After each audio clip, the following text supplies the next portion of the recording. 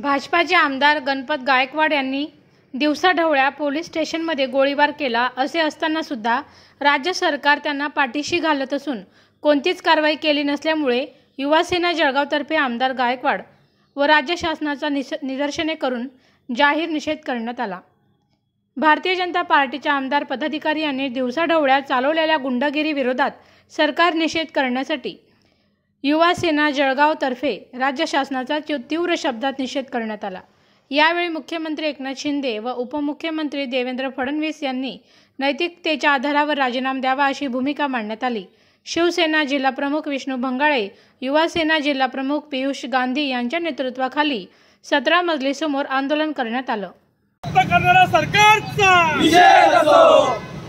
अशा या सरकारचं करायचं काय? खाली डोकावरती पाय। अशा या सरकारचं करायचं काय? खाली डोकावरती पाय। जागे व्हा, जागे व्हा, जागे व्हा। शिंदे फडणवीस हाय हाय हाय हाय हाय हाय। शिंदे फडणवीस हाय हाय हाय हाय हाय हाय।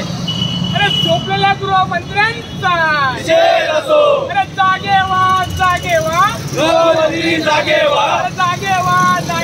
बिहारला काय पूर्ण देशाला लाजवेल अशी घटना पोलीस स्टेशनमध्ये या सत्ताधारी गटाचा आमदार गोळ्या झाडतो आणि हे सरकार झोपल्याचं सोंग करत आहे। परवापासून या महाराष्ट्रामध्ये आपण पाहिलं असेल की कशा प्रकारे दडपशाहीचा प्रकार या माध्यमातून सरकाराच्या माध्यमातून चालू आहे आणि गुंडशाही कशा प्रकारे सरकार त्याला पाठिंबा देत आहे। आज निषेध म्हणून जळगाव जिल्हा युवा सेनाच्या माध्यमातून आज हे निदर्शने आज या युवकांच्या माध्यमातून केले आहे। युवा सेनेच्या माध्यमातून आज आम्ही या सरकारचं लक्ष याकडे वेधू इच्छितो।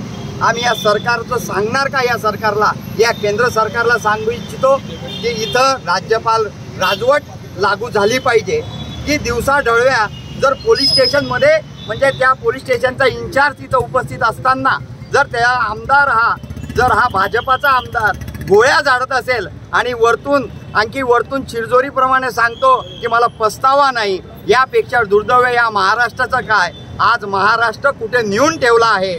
बेरोजगार युवकांना रोजगारी मिळत नाही, शेतकऱ्यांना न्याय मिळत नाही। जे उद्योग प्रकल्प महाराष्ट्रात येत आहेत ते प्रकल्प महाराष्ट्राच्या बाहेर जात आहेत। म्हणजे हे सरकारचं काय चालू आहे याचा आज हा निषेध करण्यासारखा ठिकाण आहे।